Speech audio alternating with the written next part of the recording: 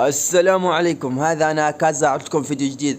كيف تدخل انت وصديقك في نفس العالم في ماينكرافت في اصدار 1.21. وضفك نسيت ما اجيب الميكروفون. اول شيء عزيزي المشاهد، تجيب جوالك وجوال صاحبك وجوال ثالث، يكون في هذا الجوال الثالث انترنت ونقطة اتصال.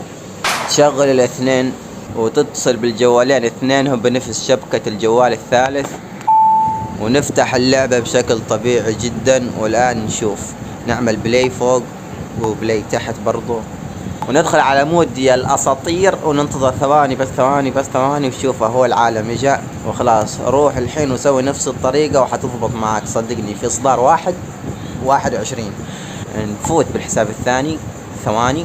وهذه الخلاصة يا شباب، شوفوا وصلنا لنهاية المقطع، وهذه أليكس وأليكس الثاني بنفس العالم انت وصاحبك.